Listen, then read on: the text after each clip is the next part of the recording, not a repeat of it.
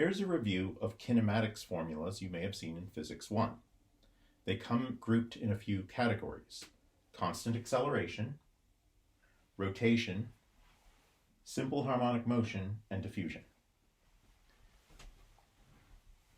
For constant acceleration, which comes from constant forces, you have x is x0 plus v0t plus 1/2 at squared, v equals v0 plus at, and if you need a shortcut, v squared is v0 squared plus 2a delta x. If you're in two dimensions, you also have those exact same equations in y. When you're dealing with rotational motion, you're getting the exact same equations but in Greek. Theta is theta 0 plus omega 0t plus 1/2 alpha t squared, and so forth. You also have the relations tangential x, like distance along the rim or distance a wheel has rolled, is r times theta. V tangential is r omega, a tangential is r alpha. Acentripetal or radial is v squared over r. This and this are perpendicular, so you could actually find a total acceleration if you wanted by doing Pythagoras with this and this as the two legs. Simple harmonic motion depends on having a linear restoring force.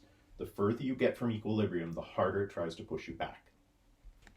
In that case, this is just one version of the formulas depending on where you start your clock.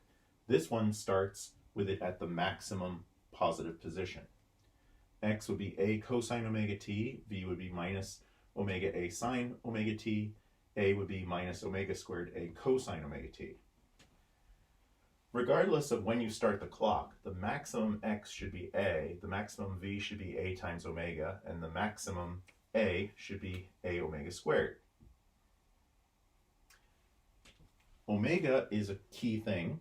If you have a mass on a spring, the omega is square root of k over m. If you have a simple pendulum, omega is the square root of g over L. And if you have a physical pendulum, it's mg times the distance of the center of mass from the pivot over the moment of inertia.